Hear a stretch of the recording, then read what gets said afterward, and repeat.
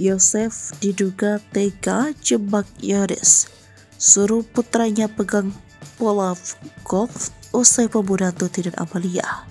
Terungkap Yosef Hidayat diduga sengaja menjebak Yoris Raja Amarullah, sang putra dalam kasus pembunuhan Tuti dan Amalia di Subang. Diketahui Yosef kini resmi berstatus tersangka dalam kasus pembunuhan terhadap Tuti dan Amalia yang merupakan istri dan anaknya. Kini muncul dugaan terhadap Yoris yang disebut tega menjebak Yoris putranya sendiri. Diketahui saat ini Yosef menyuruh putranya itu memegang ball up golf pembunuhan Tuti dan Amalia di Subang saat masuk ke TKP.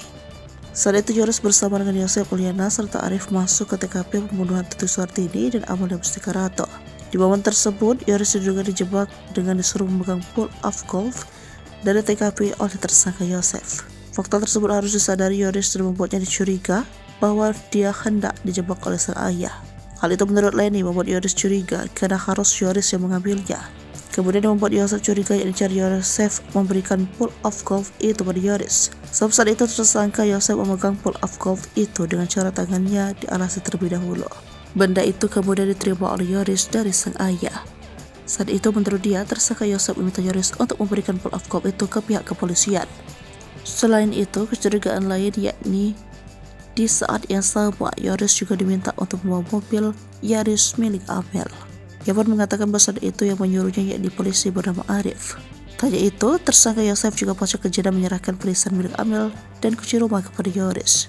Yoris pun bertanya-tanya apa maksud Yosef menyerahkan barang-barang itu pada dirinya. Sementara itu, kini polisi menyita beberapa barang di antaranya stick handphone, laptop, golf, kolak, memory card, dan hard disk dari keempat rumah tersangka.